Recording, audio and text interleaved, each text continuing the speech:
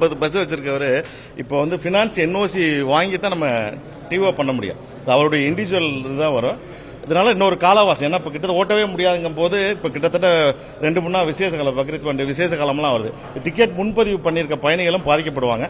இதெல்லாம் கருத்தில் கொண்டு ஒரு குறைந்த அளவு காலவாசம் வந்து கேட்கலாம்ங்கிறது. நாங்கள் ஒரு மாத காலவாசம் கொடுத்தா நல்லா இருக்கணும் விரும்புகிறோம். அதை அரசு தான் முடிவு பண்ணணும். தமிழ்நாடு ஆம்னி பஸ் ஓனர்ஸ் எல்லாரையும் கூப்பிட்டு ஆணையர் அவர்கள் மீட்டிங் நடத்தியிருந்தாங்க. இந்த மீட்டிங் சம்பந்தமா கடந்த ஒரு வாரமா டிவி சேனல்ஸ்ல பேப்பர்ஸ்லாம் வந்திருக்கோம். என்னன்னு பாத்தீங்கன்னா, இந்த வெளிமாநில பேருந்துகள் வந்து இங்க மாத்தி தமிழகத்திலேயே பதிவு செய்து ஓடணும்ன்றது சொல்லியிருக்காங்க. 6 மாசமா இந்த பிரச்சனை ஓடிக்கிட்டே இருக்குது.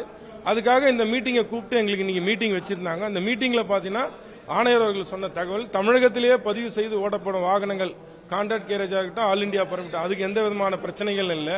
ஆனா நாங்கள் ஒரு கோரிக்கை வச்சிருந்தோம். தமிழகத்தை சுத்தி உள்ள பாண்டிச்சேரி, கர்நாடகா, ஆந்திரா, தெலுங்கானா, கேரளா, இதுல இருந்து வர வாகனங்கள் அங்கேயே பதிவு செய்து வர வாகனங்களுக்கு அதுக்கும் இடையூறு இல்லைன்ற மாதிரி தான் சொல்லியிருக்காரு. நாங்க ஒரு ரிக்வஸ்ட் கொடுத்திருக்கோம். மீதி நாகாலாந்து ஏஆர்ல பதிவு செய்யப்பட்ட வாகனங்கள் ஒரு 682 வாகனங்கள் இருக்குது. அதுல வந்து கவர்மெண்ட் வந்து 586 பர்மிட் இஷ்யூ பண்ணிருக்காங்க. அதுல வந்து 105 பர்மிட் கவர் பண்ணிட்டாங்க. மீதி இருக்கிற பர்மிட் அவங்க கவர் பண்ணல. அந்த பர்மிட் எல்லாம் 14ஆம் தேதிக்குள்ள கவர் பண்ணலனா அவங்க முறையா சட்டத்துக்கு புறமா ஓட்டினாங்க அப்படின்னா கடுமையான நடவடிக்கை எடுப்புன்ற மாதிரி சொல்லியிருக்காங்க. 2020க்கு முன்னாடி வந்து எல்லாமே அண்டை மாநிலங்களில் பதிவு செய்து தமிழகத்தில் இயக்கிட்டு இருந்தாங்க எல்லா ஓனருங்களுமே. அப்புறம் 2020க்கு அப்புறம் தான் தமிழகத்தில் வந்து பர்மிட் இஷ்யூ பண்ண ஆரம்பிச்சாங்க. இஷ்யூ பண்ண ஆரம்பிச்சோன்னே கிட்டத்தட்ட ஒரு 2500 வாகனங்கள் இருந்தது. அதுல 1800 வாகனங்கள், 1900 வாகனங்கள் தமிழகத்தில் பதிவு ஆயிருச்சு. மீதி ஒரு 650 வாகனங்கள் மட்டும் இருக்குது. அதை கூடிய விரைவில் பண்ணணும்ன்ற மாதிரி சொல்றாங்க. ஏன்னா நாகாலாந்துல இருந்து என்ஓசி எடுக்கிற ப்ராசஸ் வந்து உடனே என்ஓசி கிடைக்காது, 45 நாள் ஆகும். அதுக்கப்புறம் பேங்க்ல வந்து அவங்களுக்கு கிளியரன்ஸ் கரெக்டா கொடுக்கணும். என்ஓசி பேங்க் கிளியரன்ஸ் கொடுத்தாதான் என்ஓசி கொடுப்பாங்க. பேங்க் கிளியரன்ஸ் ஏன்னா இந்த கோவிட்ல இருந்ததுனால ரீஸ்ட்ரக்சர்லாம் பண்ணிருக்காங்க. ரீஸ்ட்ரக்சர் பண்ணதுனால பேங்க் சரியான முறையில் அவங்களுக்கு வந்து என்ஓசி வந்து சரியா கொடுக்க மாட்டாங்க. அந்த காரணத்தினாலையும் லேட் ஆகுது. அப்புறம் இங்க வரும்போது பர்மிட் வந்து கரெக்டா அவங்க ஜென்யூனிட்டி செக் பண்ணி கரெக்டான அட்ரஸ்ல தான் இவர் இருக்காரா, அப்புறம் நிறைய ப்ராசஸ் இங்க ஒரு 2 மாசம் ஆகுது. இந்த மாதிரி நிறைய ப்ராசஸ்னால ரொம்ப டிலே ஆகிறதுக்கு பிரச்சனைகள்லாம் நிறைய இருக்கு.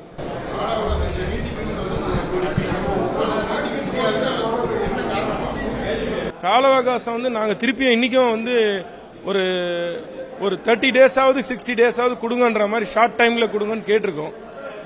ஆணையர் அவர்கள் எங்களுக்கு கொடுத்த டைம் எல்லாம் முடிஞ்சு போச்சு, இனிமேல் நாங்க டைம் கொடுக்க மாட்டோம், இனிமேல் பண்ணா அரசு தான் பரிசீலனை பண்ணும், எங்க கிட்ட ஒன்றும் கிடையாதுன்ற மாதிரி சொல்லிட்டாரு.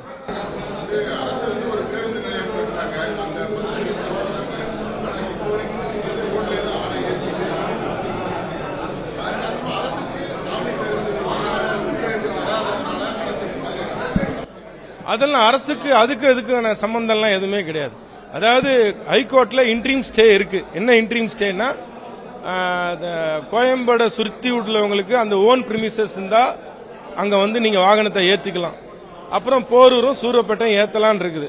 அது வழக்கு முடிகிறவர்களும் அந்த இன்ட்ரீம் ஸ்டே கண்டினியூ ஆகும். இன்னும் வழக்கு வரல, ஏன்னா சம்மர் வெக்கேஷனால வழக்கு வரப்போகுது. அது வரல இது கண்டினியூ ஆகும். சில வாகனங்கள் ரோட்லயும் தெரியாம வந்து ஏத்துறதுனால அது மேல நடவடிக்கை எடுக்கிறாங்க. அதுக்கும் இதுக்கும் சம்பந்தம் இல்லை. செய்திகளை உடனுக்குடனும் துல்லியமாகவும் தெரிந்து கொள்ள சப்ஸ்கிரைப் பண்ணுங்க.